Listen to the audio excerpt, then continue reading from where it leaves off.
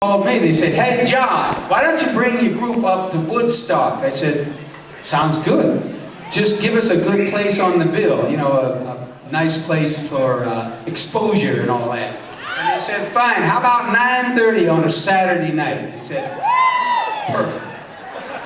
What they didn't tell me is, you're gonna follow the Grateful Dead.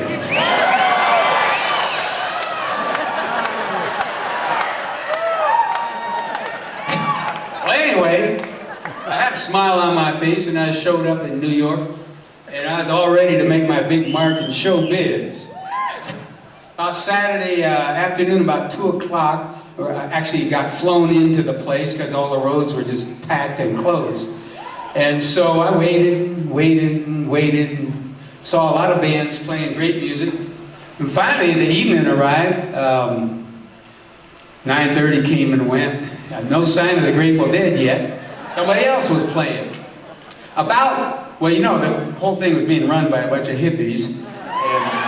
And in those days, I were one, as they say. I are one. But you know, things weren't always punctual and nailed down. So about midnight, the Grateful Dead kind of sauntered onto the stage. There's a whole book in that, but I won't go into that. Anyway, they started to play in their kind of jingly-jangly way. Played about 45 minutes and suddenly, dead silence. Their equipment had stopped working. "Hey, Jerry!" "Yeah, man." "Where's my guitar?" "I don't know, man." Well, after about an hour of silence, somebody figured out to plug the thing in again. And they started playing some more. They played another hour. Wow! And so by about 2:30 in the morning, my band and I, Creedence, we take the stage ready to set the world on fire. I come running out in front of it.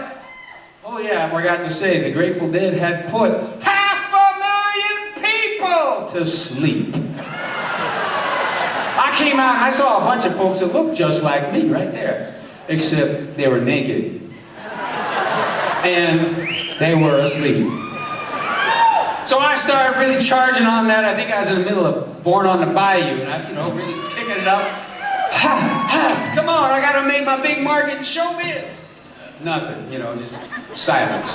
Finally, some guy way about a quarter mile out there in the darkness, flicking his lighter like that. "Don't worry about it, John! We're with you!"